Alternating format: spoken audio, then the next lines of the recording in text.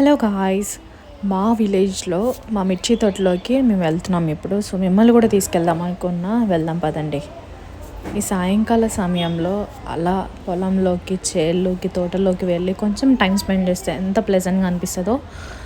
నిజంగా పల్లెటూరులో ఉన్నంత ఆనందం మనకి ఎక్కడా దొరకదు కావచ్చు బహుశా. ఇక్కడ ఉన్న ప్రశాంతత మనకి ఇక్కడ సిటీస్లో ఈ మధ్య అందరికీ కొంచెం డిస్టెన్స్ ఎక్కువైపోతుంది, కానీ పల్లెటూరులో అందరూ కలిసి కూర్చుంటారు అరుగు మీద, ఇట్లా పొలాల్లో కూర్చొని మాట్లాడుకుంటారు. ఎంత బాగుంటుందంటే ఆ ఫీల్. చూస్తున్నారు కదా, ఇదే మా తోట అంతా కూడా. అక్కడ ఉన్నారు మా మామగారు.